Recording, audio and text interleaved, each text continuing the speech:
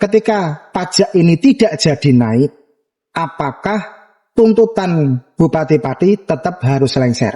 Menurut pandangan Pak Sumadi seperti apa? Begini, kita sebagai warga negara harus patuh hukum ya.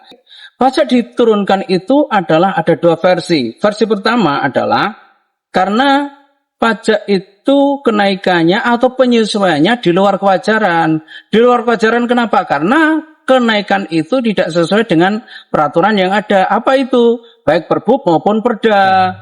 Perda dan Perbup itu berbunyi bahwa kenaikan PBBP 2 itu ada di pasal 7 dan pasal 9, baik Perda maupun Perbup. Perdanya nomor 1 tahun 2024, Perbupnya nomor 8 tahun 2025, yang berbunyi bahwa kenaikan PBBP 2 berdasarkan NJOB itu adalah minimal 20% dan maksimal 100%.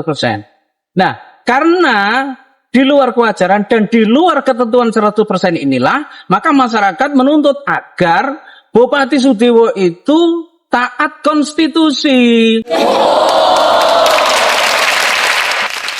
Bagaimana konstitusi itu dibuat tidak dipatuhi? Kalau bupatinya nggak patuh, bagaimana masyarakat bisa patuh? Kan enggak sinkron ini. Nah, baik, begini. Tadi ada pertanyaan bahwasanya ketika pajak itu sudah diturunkan dan disesuaikan dengan peraturan undang-undangan, apakah ada tuntutan tentang pelengseran Bupati Sudewo ini? Kan begitu. Ya. Oke, saya jawab. Kembali bahwasanya kita sebagai warga negara, kita ini harus konstitusional, ya. Tidak boleh melanggar konstitusi. Karena konstitusi itu disepakati bersama dan ditaati bersama dalam bentuk undang-undang, ya. Yeah. Baik. Ketika kenaikan pajak itu di luar kewajaran dan melebihi daripada peraturan yang ada, baik Perbup, Perda maupun undang-undang, maka masyarakat ini bisa mendorong pihak Dewan Perwakilan Rakyat Daerah membentuk tim investigasi apakah benar adanya tindakan inkonstitusional yang dilakukan oleh Bupati.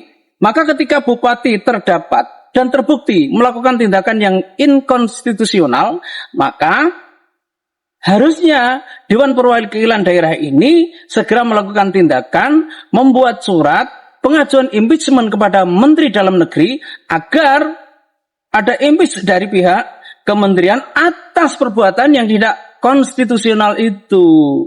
Nah, pertanyaannya, apakah ketika pajak sudah disesuaikan dan tidak ada pelanggaran undang-undang bisa di impeachment itu atau dituntut untuk diturunkan jabatannya?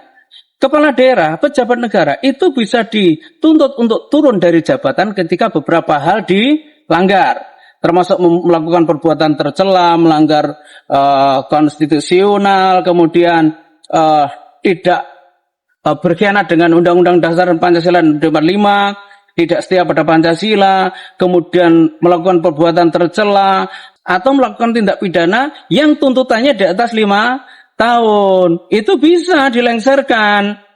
Nah, atau sudah tidak layak lagi sebagai bupati atau kepala daerah dan seterusnya.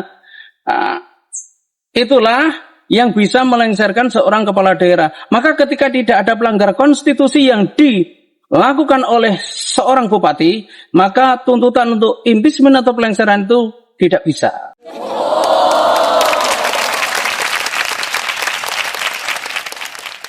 Oke, Pak Sumadi.